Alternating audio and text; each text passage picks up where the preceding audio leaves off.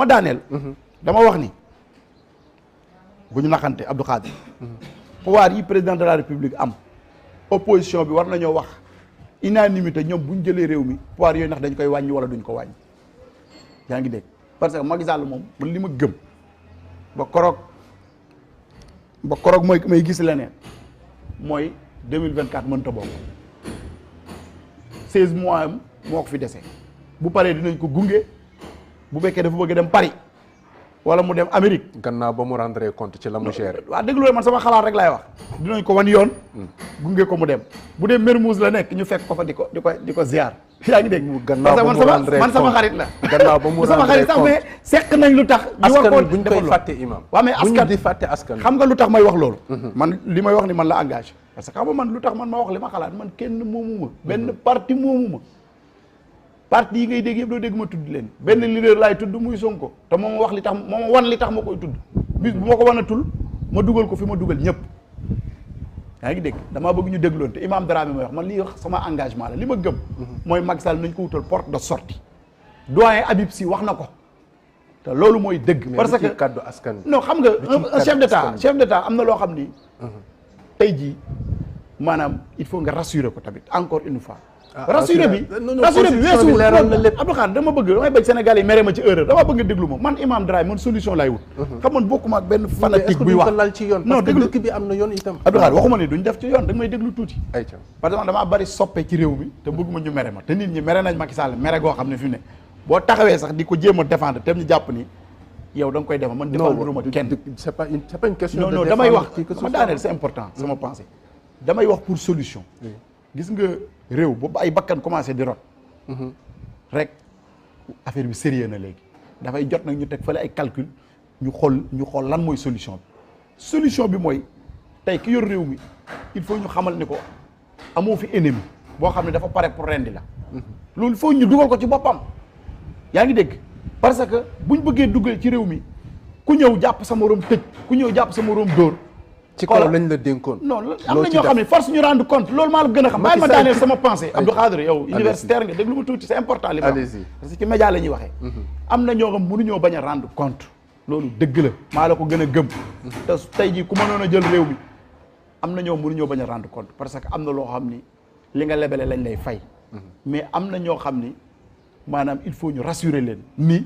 nekkuñu fi di acharné wu ci kaw kenn yaa ngi dégg réew mi ku ko mën a yor it boo ko bëggee tabax da ngay dajale doomu Sénégal yëpp ak parti bu ñu mën a bokk ak camp bu ñu mën a bokk ngeen leen kaay leen ñu tabax Sénégal man loolu laa gëm parce que boo fi bëggee nekk di lijjanti yenn yi xoola réew mi ci boppam ngay tardeel te Sénégal li ñu perte ci temps ci ay procès politique dafa bari xaalis bi nga xam ne ñenn ñi jël nañ ko force da nga koy nangu loolu alalu réew mi la man loolu laa gëm alalu réew mi ku ko yor te ñu xam ni ci keesu réew mi nga ko jëlee dinañ ko nangu yaa ngi dégg mais la personne morale bi nga xam tey le président de la république la man jàpp naa ni lu mën a xew war nañ ko rassurer man nag lii may wax sama engagement la ndax man du contexte bi métti dinaa wax li ma xalaat yaa ngi dégg man yàgg naa di ko wax man ay commentaire terew maa wax sama xalaat yaa ngi dégg parti politique mënumaa tere wax sama xalaat néew ma it sama xalaat nag mooy compte ku ne am nga droit waxe sa xalaat waaye par expérience li ñu gis ci yenn réew yi apartheid bi mu amee exemple Afrique du Sud bañ nekkee reyante dem ci guerre civile ba réew ma tàng dañoo woote loi d'amnistie ñu ni li fi nekkoon yëpp fàtte nañ ko nañ jëlaat jëlin wu bees. est-ce que c'est comparable ak non Sénégal li fi nekk yow Sénégal boo fi bëggee nekk di fayonte nguur gi maanaam boo fi bëggee nekk di fayonte duñ fi jóg. foog ñu jàngal ñëpp yorin gu sell. yorin gu sell may naa la ci laa d'accord mais man gëm yorin gu sell moo tax ma toog fii ànd ak Sonko ci contexte bi. ñi di yor réew mi moo tax may wax parti Abdou Khadre il faut ñu dégloonte man gëm yorin bu sell ak gëm ni ñii li ñu yoree réew mi baaxul moo tax ma toog fii ci contexte bii nga xam ni ku tudd Sonko ñu rendi la ma koy tudd di ko soutenir te xoolawuma ci ku mer ak ku kontaan kon man gëm naa yorin bu sell waaye gëm naa stratégie tamit gëm naa méthode parce que loolu kenn mënu ko génn sama bopp gëm naa it tolérance parce que man contre ma kenn man j'ai des amis yu nekk biir APR ma koy assumer di wax ak ñoom di déggante ak ñoom di xool nan la ñuy wutee solution waaye réew mi laa wax ni su ma ko naree trahir yàlla naa dem safara d'accord man réew mi moo ma gënal lépp parce que réew mi sama deret lay daw ku ànd Sonko sax ànduma ak jëmmi Sonko ji réew mi laa àndal il faut mu leer Sonko nag dafa incarné loo xam ne tey jàpp naan dama am responsabilité pour teg ci loxo man teg ci loxo ak yaakaar rek yaakaar jooju yàlla bu ko yàlla tas d'accord waaye nag fayantoo moom mënta jëlee réew mi mënta jëme réew mi ci kanam parce que réew mi koo fi jàpp tëj ko wala nga bugg ko bundu xatal boo ko toppee ba ci biir am na fu ngeen bokkee bu ngeen bokkul sëriñ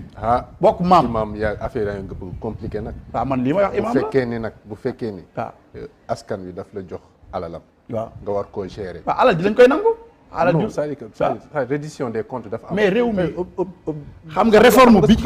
gën tey léegi rek xam nga justice mooy bi foog ñu jàngal nit ñi yorin gu sell loolu parce que d'accord naa ci askan wi jamono ji dañoo lot Abdou Khadre loolu maa ngi yow ñoo ci bokk gis-gis mal gouvernance man maa ngi yow ñoo ko bokk gëm man loolu laay xeex bu doon xeexuma ko ma dem ca Macky Sall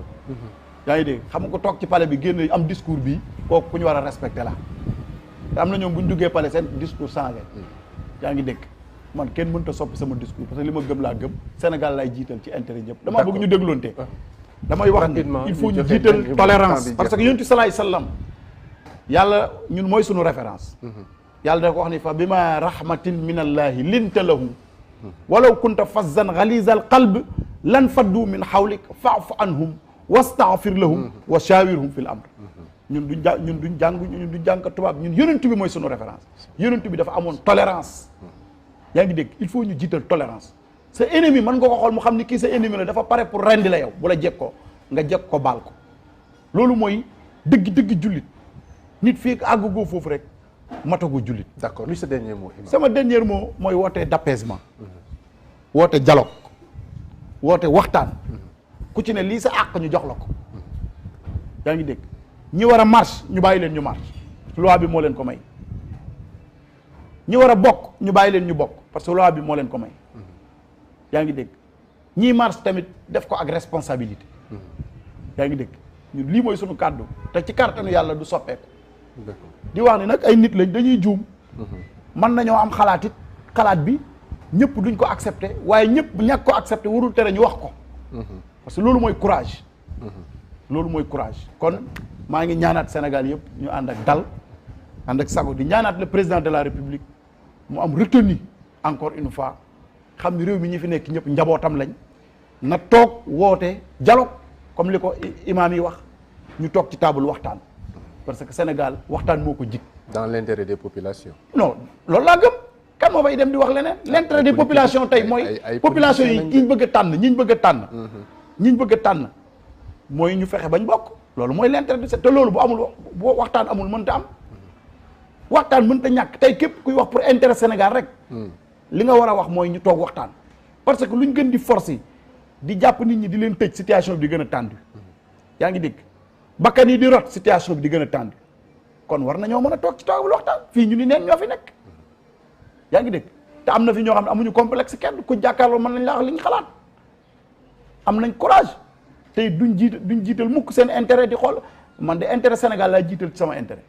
parce que nag alhamdulilah nag politicien benn yoruma maa ngi faj samay soxla te xaw ma leen ñu ci bari bi ma leen di xam presque sama àdduna féete na côté yor naa njaboot nañu waxante dëgg ñun foofu la ñuy waxee parce que ñun réew mi dafa am lu mu ñu defal lu contexte bi metti ñun solution rek lañ mën a joxe waaye ci biir solution tamit duñ nëbb suñ position yaa ngi dégg waaye am sa position warul tax nga ne sama position rek ci laay campé ku ma ci fekkul àdduna bi tukki d'accord kon nañu ñëwaat am retenu société civile bi bu ñu découragé nañ continuer di wax imam yi nañ continuer di wax yaa ngi dégg ñu toog ci taabal waxtaan d'accord ñu jaajëfal la kon bu baax imam maa ngi lay jaajëfal di nuyuwaat Sénégalais yi di la santaat bu baax di wax ni lu dëng ci wax ji rek ñoo xam ne matadik doomu aadama la waaw waaye nag le 29 maa ngi jox ñëpp rendez-vous man kenn du ma fa jiitu ci kàttanu yàlla incha allah waaw donc ñu jaajëfal ko bu baax moom imam Dramé ci waxtaan bi lii solos waxtaan bi rek mooy fexe rek ba teg lépp ci yoon objectif émission bi loolu la génne ay xalaat yoo xam ne dinañ ci mën a gindeeku ngir teg réew mi ci yoon lépp lu ci xam ne itam dénkaane la bu ñu jox képp koo xam ne responsabilité la amee ci réew mi mooy mu jàng yorin gu sell ba nga xam ne askan wi dina ci gis boppam moo tax képp koo xam ne dénk nañ la ba jëlaat ci yow lañ la dénk da nga rendre compte ci li nga xam ne dénkoon nañ la ko moom nag nee na. nañu non waxuma loolu de na leer de mais loolu dafa jar a leeral de Abdou Khadre. waxuma ni bu kenn leeral de. man leeral d'accord naa ci. très bien mais dama le personne morale. oui il faut ñu wutal ko yoon bu mu jaar. muy njiitu réew mi. loolu laa wax c'est clair mais man waxuma bu kenn leeral. d'accord parce que leeral moom. ku ko deful man ngay amal problème sax man d'accord naa ci ñu leeral parce que bakkanu doomu aadama dafa diis goo xam ne ku ko faat war nañoo xam yow mi ko faat yaay kan. loolu c'est clair. très bien loolu ñoo ci bokk position. d'accord donc je pense que encore une fois autopsie yi ñuy def.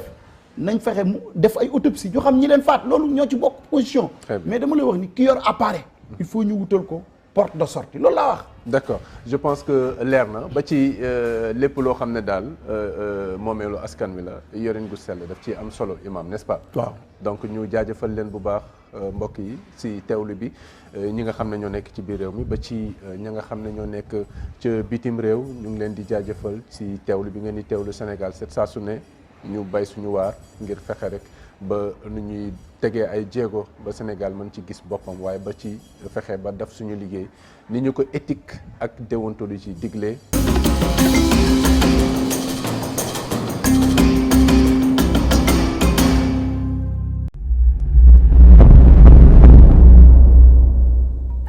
cheetetetet mais yow sawaay yow fu ñu la fekk yaa ngi ci kanamu ordinateur bi wala sa kanamu tablette ba sa téléphone portable lu xew mais damay lire ay information